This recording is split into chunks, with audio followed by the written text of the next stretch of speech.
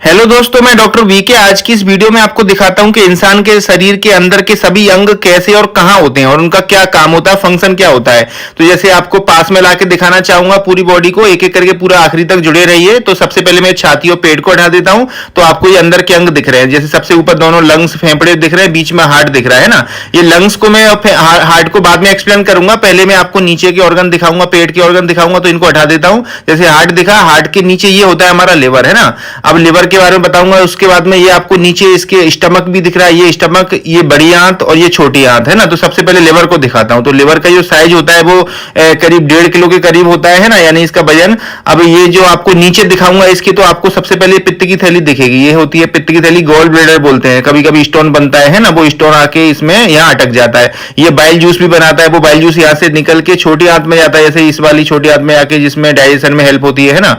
इसका जो है काम, जैसे आपको मालूम ही है कि भाई डिटॉक्सिफिकेशन में भी काम करता है, ये हार्मोन भी बनाता है ना। यानी जो भी हम खाते पीते हैं वो इसी का काम है, जिसको वो डिटॉक्सिफाई यानी विषैले पदार्थों को खाने में से निकालने का काम, ठीक है। अब ये दूसरा ऑर्गन है, ये स्टमक यानी अमाशय जिसको बोलते हैं, यानी हम जो भी खाते हैं वो फूड पाइप से, ईसोफेगस से इसी के अंदर आता है और वो स्टोर होता है। जैसे आपने सुना होगा ना, स्टमक के अंदर एसिडिटी होगी, वो इसी के अंदर एसिडिटी होती है। जो भी खाते हैं वो पूरा फूलते जाता है, यानी कि इसके अंदर भरा रहता है ना। जैसे अंदर से दिखाना चाहूंगा तो आपको ये फोल्ड दिख रहे हैं, इसी के अंदर कभी कभी अल्सर बन जाता है, जैसे बोलते हैं ना पेट के अंदर छाला हो गया, गैस्ट्रिक अल्सर बन गया, वो इसी के अंदर बनता है, ये अंदर जो दिख रहा है फोल्ड, है ना। अब इसके बाद में ये जो खाना जाता है वो छोटी आंत में चला जाता है यहाँ से। इसमें इसका पहली जो पार्ट होता है छोटी आंत का, ये है ड्यूडेनम, यानी छोटी आंत का स्मॉल इंटेस्टाइन का फर्स्ट पार्ट। फिर ये दूसरे नीचे के पार्ट देख रहे हैं, इस ड्यूडेनम के बाद जेजुनम और इलियम, ठीक है। जैसे ये जेजुनम, इलियम छोटी आंत के आगे के पार्ट होते हैं, ठीक है। अब जो छोटी आंत का खाना होता है वो फिर जाता है बड़ी आंत में। जैसे मैं आपको दिखाना चाहूंगा, थोड़ा इसको लगा देता हूं, ये निकल गया है बड़ी आंत का पहला पार्ट, जिसको हम इलियम बोलते हैं, है ना, सीकम बोलते हैं, सॉरी, इसको सीकम को फिट कर दिया है। तो जैसे खाना खाया छोटी आंत से घूमता हुआ आएगा, इस वाले पॉइंट से ये बड़ी आंत में जाके मिल जाता है ना। यानी बड़ी आंत का ये वाला पार्ट है सीकम। अच्छा, इस बड़ी आंत की स्टार्टिंग में, लार्ज इंटेस्टाइन की स्टार्टिंग में ये होती है हमारी अपेंडिक्स की नस। जैसे सुना है अपेंडिक्स, जैसे कभी कभी इन्फेक्शन होता है, फूल जाती है, तो ऑपरेशन करके काट के फेंक दिया जाता है इसको, है ना। तो ये अपेंडिक्स इसके स्टार्टिंग में यहीं पर होता है, बड़ी आंत की स्टार्टिंग में। अब जो खाना आया, अब छोटी आंत से बड़ी आंत में आया, अब ये बड़ी आंत से सीकम से ऊपर जाएगा असेंडिंग कोलोन में, है ना, ऊपर चढ़ेगा, फिर वो ट्रांसवर्स कोलोन में जाएगा और फिर नीचे जाएगा डिसेंडिंग कोलोन, और फिर पीछे सिग्मोइड कोलोन से रेक्टम में होता हुआ एनस से बाहर निकल जाता है। यानी ये बड़ी आंत के पार्ट है। अब जैसे मैं बड़ी आंत को यहां से हटा देता हूं आगे से, तो आपको ये दिखेगा पीछे पेनक्रिया, ये होती है पेनक्रिया, जैसे इंसुलिन बनाती है ना, डायबिटीज में दिक्कत आती है तो इसी की वजह से आती है। और इसके अंदर पेनक्रियाटिक जूस भी बनता है, जैसे डाइजेशन में हेल्प करता है, वो निकल के यहाँ से छोटी आंत में इधर ड्यूडेनम में आके मिल जाता है खाने में, जो कि खाने में पचाने में हेल्प करता है। तो जैसे मैं आपको इसको भी हटा देता हूं आगे से, जैसे आपने देखेगा पीछे के ऑर्गन, तो जैसे ही मैं बड़ी आंत को हटाऊंगा, पीछे साइड में आपको दिखेंगे दोनों किडनी, गुर्दे, है ना, ये राइट किडनी, ये लेफ्ट किडनी, है ना। अब जैसे ये खून की नस है, जिसमें से खून किडनी में जाके फिल्टर होकर पेशाब बनता है, यानी खून से पेशाब बनता है। अब जो पेशाब बनेगा यानी यूरिन बनेगा, वो ये जो नली है यूरेटर बोलते हैं, यहाँ से निकल के यूरिनरी ब्लैडर पे नीचे यानी पेशाब की थैली में आ जाता है ना।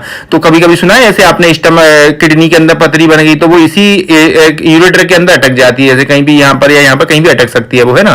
तो ये यूरेटर यानी पेशाब की नली हो गई, जो कि किडनी से ब्लैडर के अंदर यूरिन को लेके जाएगी। अब जैसे किडनी को खोल के दिखाता हूँ, ये अंदर के कैलेक्स दिख रहे हैं आपको, कभी कभी स्टोन बनता है वो यहीं अटकता है, किडनी के अंदर होता है। तो अच्छा, एक किडनी के ऊपर आपको 2 ग्लैंड और दिख रहे हैं, इनको बोलते हैं सुप्रारीनल ग्लैंड, ये हार्मोन बनाती है, एड्रेनलिन, नॉन एड्रेनलिन, है ना। अच्छा, इसके बीच में ये अयोटा दिख रहा है, यानी कि एब्डोमिनल अयोटा, इन्फिया वेना कावा दिख रही है। बाकी आपको ये जो स्प्लीन दिख रहा है, यानी कि लेफ्ट किडनी के ऊपर ये होता है स्प्लीन, जिसको तिल्ली बोलते हैं, कभी सुना होगा, स्प्लीनोमेगाली हो गया, यानी तिल्ली बढ़ गई है, सर्जरी करके इसको निकालना पड़ता है। इसका काम होता है यानी कि ब्लड को फिल्टर करना। अब ये नीचे आपको दिख रहे हैं, ये हमारे मेल ऑर्गन्स दिख रहे हैं ऐसे। अब जैसे इसको मैं बाहर निकाल के दिखाता हूं आपको, जैसे ये ब्लैडर हो गया, ये पीछे रेक्टम दिख रहा है ना। अब देखो, रेक्टम से जो खाना होता है पूरा पीछे रेक्टम से एनस के थ्रू बाहर निकल जाता है, ये है एनस, यानी कि मल द्वार होता है।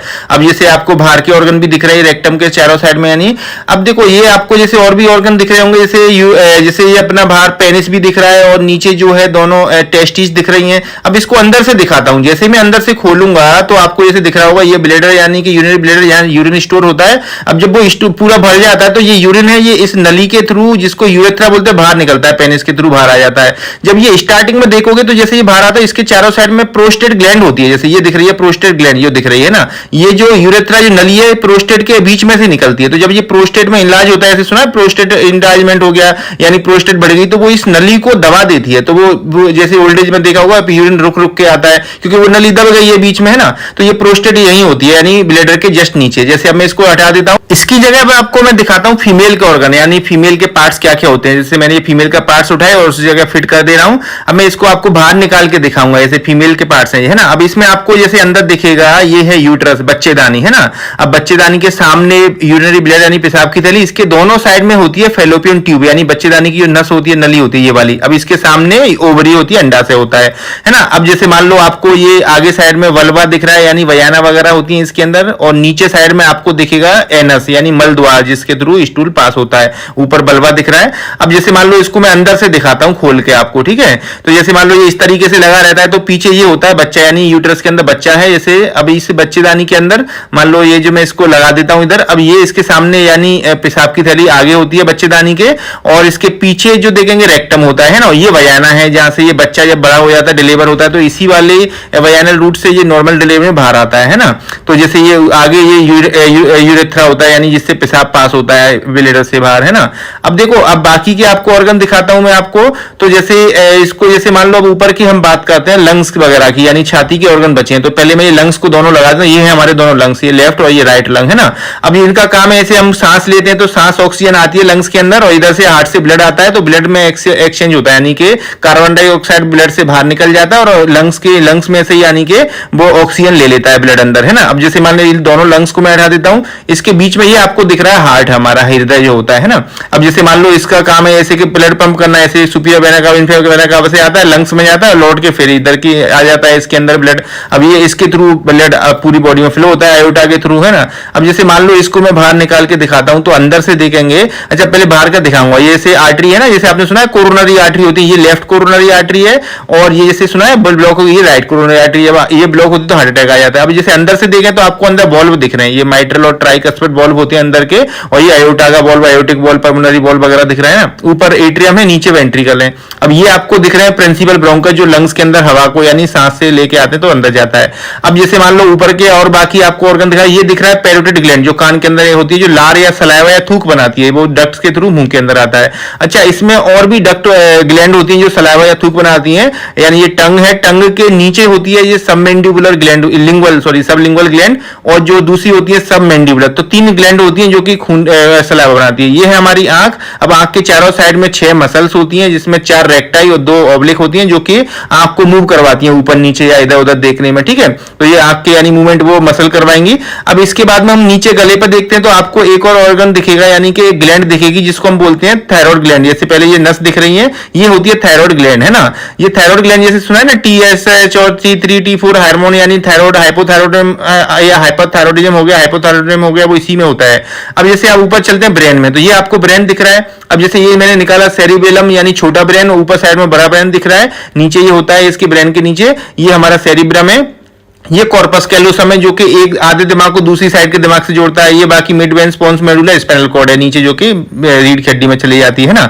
अच्छा इसके बाद में आप पीछे देखेंगे तो आपको ये स्पाइन दिख रही है, ये स्पाइनल कॉर्ड है इसके अंदर, है ना। यानी कि पूरी नस होती है जो कि हमारी गर्दन में से गर्दन के लिए, पेट में से पेट, और कमर से नीचे पैरों के लिए निकलती है। जैसे एक स्पाइन को बाहर निकाल के दिखाता हूं तो ये आपको ये स्पाइनल कॉर्ड दिख रही है, स्पाइन दिख रही है, ये डिस्क होती है और ये स्पाइनल कॉर्ड है बीच में, है ना। ये कभी कभी नस दब जाती है इसमें, है ना। जैसे गर्दन की दबती है तो हाथों में दर्द जाता है, और कमर की दबती है तो पैरों में दर्द जाता है, जैसे साइड का बोलते हैं। जैसे आपको नीचे दिखाता हूं, जैसे ये मसल को हटाता हूं तो जैसे ये ग्लूटियस मसल को हटाऊंगा मैं तो इसके नीचे आपको एक बड़ी नस दिखेगी जिसको साइटिक नर्व बोलते हैं। जब दब जाती है यहाँ पर तो इस जगह इस एरिया में दर्द करता है, इसको साइट का बोला जाता है, ठीक है। तो ये आपको जैसे साइटिक का इसी जगह इसलिए पेन आता है। साइटिक की सबसे मोटी नर्व होती है साइटिक नर्व जो होती है। अच्छा इसके अलावा आपको और दिखाऊंगा, जैसे ऊपर की मसल्स वगैरह दिखाते हैं अपन, तो जैसे आपको ये डेल्टॉइड मसल दिख रही है, ऊपर ये ट्रेपीजियस दिख रही है ना। और बाकी का जैसे अपन देखें पैर में नीचे तो जैसे ग्रेट सिफेनस वेन, कभी कभी इंजेक्शन लगाते हैं, देखा होगा फ्यूमरल वेन वगैरह होती हैं। तो ये सारे ऑर्गन आपने देखा, आई होप आपको समझ में आए हैं। तो अगर वीडियो अच्छी लगी है तो लाइक करें, और भाई चैनल को सब्सक्राइब जरूर करें। हमारे चैनल पे ऐसी बहुत सारी वीडियो डली है जो आपके यूजफुल रहेंगी, ठीक है। तो चैनल को जरूर सब्सक्राइब करें, कमेंट करके जरूर बताएं कोई प्रॉब्लम है तो। Thank you.